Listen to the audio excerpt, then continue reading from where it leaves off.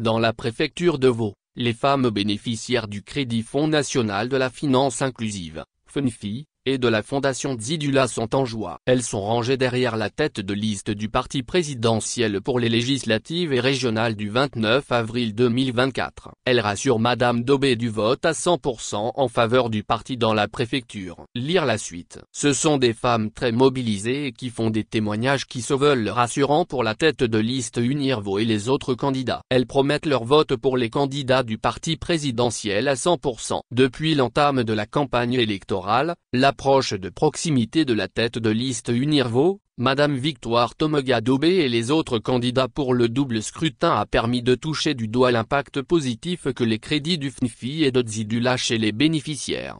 La préfecture de Vaud compte 10 cantons. La tournée de proximité a été une occasion pour la tête de liste et les autres candidats, de rencontrer les bénéficiaires. Leurs témoignages révèlent que le crédit octroyé a eu un impact considérable. Au cours des échanges francs, directes et sans langue de bois, elles apportent leur adhésion totale à la tête de liste à qui elles promettent un vote 100%. Elles ont reconnu leurs fautes lors des échéances électorales passées puisqu'elles ont voté pour des candidats qui, jusqu'à ce jour ne sont plus revenus.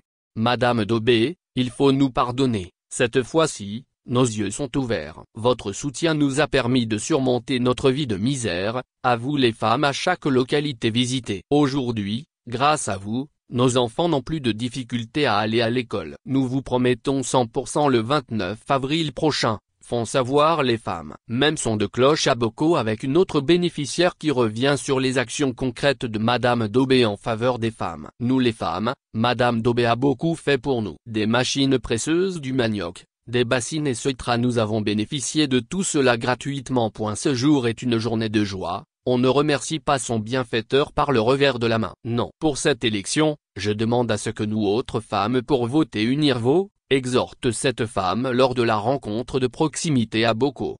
D'après leurs témoignages, les gens qui se moquaient d'elles en jugeant insignifiantes les sommes d'argent qui servent de crédit, sont ceux-là qui frappent à la porte des crédits Zidula et du FNFI.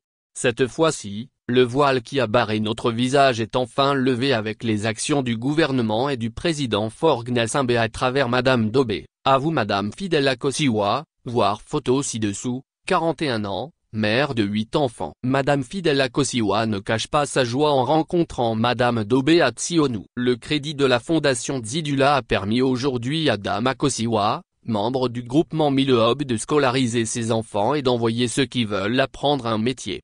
La Fondation Zidula a été créée en août 2019. Depuis sa création, Zidula a servi plus de 8000 femmes à qui elle a octroyé des crédits. Les crédits pour un début vont de 20 000 FCFA à 50 000 FECFA en milieu rural. En milieu urbain, le crédit va de 40 000 à 100,000 FECFA. Les bénéficiaires sont des commerçantes, des revendeuses ayant un plateau commercial à renforcer. Rappelons que ce 22 avril, la tête de liste et les autres candidats sont allés à la rencontre des populations à Bocaux, à Anironkopé 1 et Anironkopé 2, à Togoville et à Ekpuy, des localités qui portent leurs préoccupations à la délégation. Le Togo organise les élections législatives et régionales pour élire les conseillers régionaux. Les législatives visent à renouveler le Parlement en fin de mandat. Ce double scrutin arrive alors que le débat autour du projet de révision constitutionnelle est diversement apprécié. Selon le calendrier réaménagé, les populations votent pour le double scrutin, le lundi 29 avril 2024. Les forces armées togolaises,